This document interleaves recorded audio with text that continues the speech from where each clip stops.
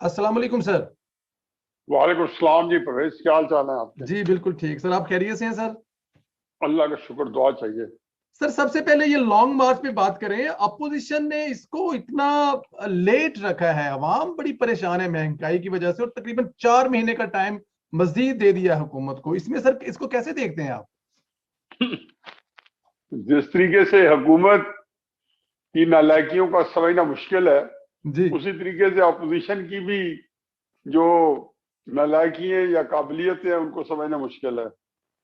میں تو قاصر ہوں. مجھے تو یہ پتا ہے کہ جب پچھلے سال بھی انہوں نے اکتوبر کے اندر 2020 میں ایک احتجاجی تحریک کا آغاز کیا تھا، اور اس میں بہت سارا جو ہے اس کے لوازمات تھے، جلسے بھی تھے، مارچ بھی تھی، استعفے بھی تھے، جو کہ جو ہے نا بن کھلے مرجھا گئی تھی وہ تحریک.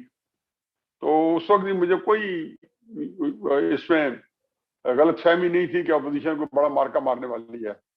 مجھے ہمیشہ پتا تھا کہ یہ جو ہے کسی طور بھی آگے نہیں چڑھ سکے گی. ایک تو یہ ہے کہ دسمبر جنوری کا موسم جو ہے بہت ہی ہوسٹائل ویدر ہے. اتنا ہوسٹائل ویدر ہے کہ آپ تصور نہیں کر سکتے. اور اس کے بعد جو آگے نظام چلتا ہے اس کے اندر تو وہ بھی کوئی لگتا ہے کہ اپوزیشن کلو لیس ہے. لیکن یہ میرے نزدیک تو جو تحریک جو تھی، وہ جو فضل الرحمان صاحب نے اکتوبر 2019 میں مارچ کیا تھا، وہ ایک بڑا اپورچون ٹائم تھا، موقع تھا. اس میں مسلم نون اگر کم از کم پوری طریقے سے کمر بستہ ہو کے اس کے ساتھ آ جاتی، جو کہ وہ نہیں آئی، اور اپنے ورکرز سے بھی انہوں نے جو تانو تشہین اور ان کے ہر طریقے سے گلے شکوے سننے پڑے، وہاں پہ انہوں نے فضل الرحمان کو بہت ناقابل تلافی نقصان پہنچایا.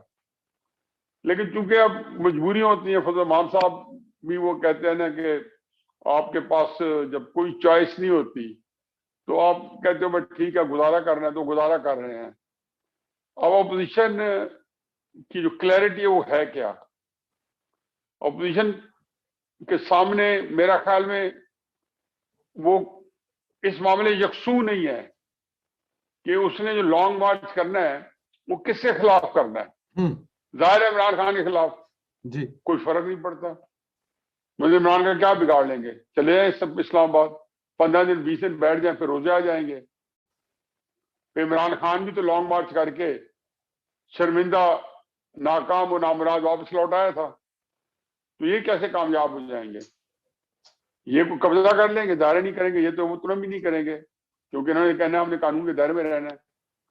دیکھیں جب تک یہ اپنا دشمن آئیڈینٹیفائی نہیں کرتے اور اپنی جو سٹرگل ہے اور جو موومنٹ ہے اس کی بار اوپر نہیں لے کے جاتے اپوزیشن والے، تو صحیح لا حاصل ہوگی. اب 23 مارچ کو اگر وہ آتے ہیں اور کوئی بہت بڑی پلاننگ کرتے ہیں، پنڈی کو، اسلام آباد کو پورے ملک سے کاٹ دیتے ہیں، تو شاید کچھ ہفتے 10 دن بعد پریشر پڑے اور حکومت ان سے کوئی مذاکرات کرنے پر تیار ہو جائے اور پھر اسی درمیان راہ نکلے.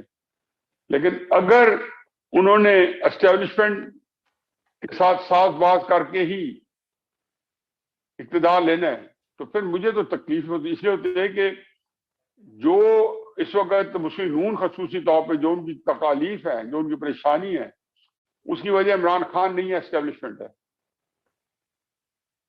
بالکل ٹھیک ہے، ٹھیک کہہ رہے ہیں آپ، اس میں وجہ فرما رہے ہیں. لیکن اس کے باوجود جو نظر آ رہا ہے وہ یہی آ رہا ہے، جہاں دیکھا جائے کوئی مل رہا ہے، کوئی ڈیل ہو رہی ہے. یہ تکلیف والی بات. اچھا سر یہ بتائیے کہ اسٹیبلشمنٹ میں اور عمران خان صاحب میں دوریاں دور ہو گئی ہیں، نزدیک ہو گئے ہیں دوبارہ؟ دیکھیں جی، میں تو ان لوگوں میں سے تھا جو پہلے دن سے کنونس تھا کہ اسٹیبلشمنٹ اور عمران خان صاحب جو ہیں، اسٹیبلشمنٹ اور پی ڈی ایم جو ہیں، پی ڈی ایم جو ہے اسٹیبلشمنٹ اور P D M Imran Khan, یہ سارے کے سارے تینوں ایک دوسرے سے نبرد آزما ہیں.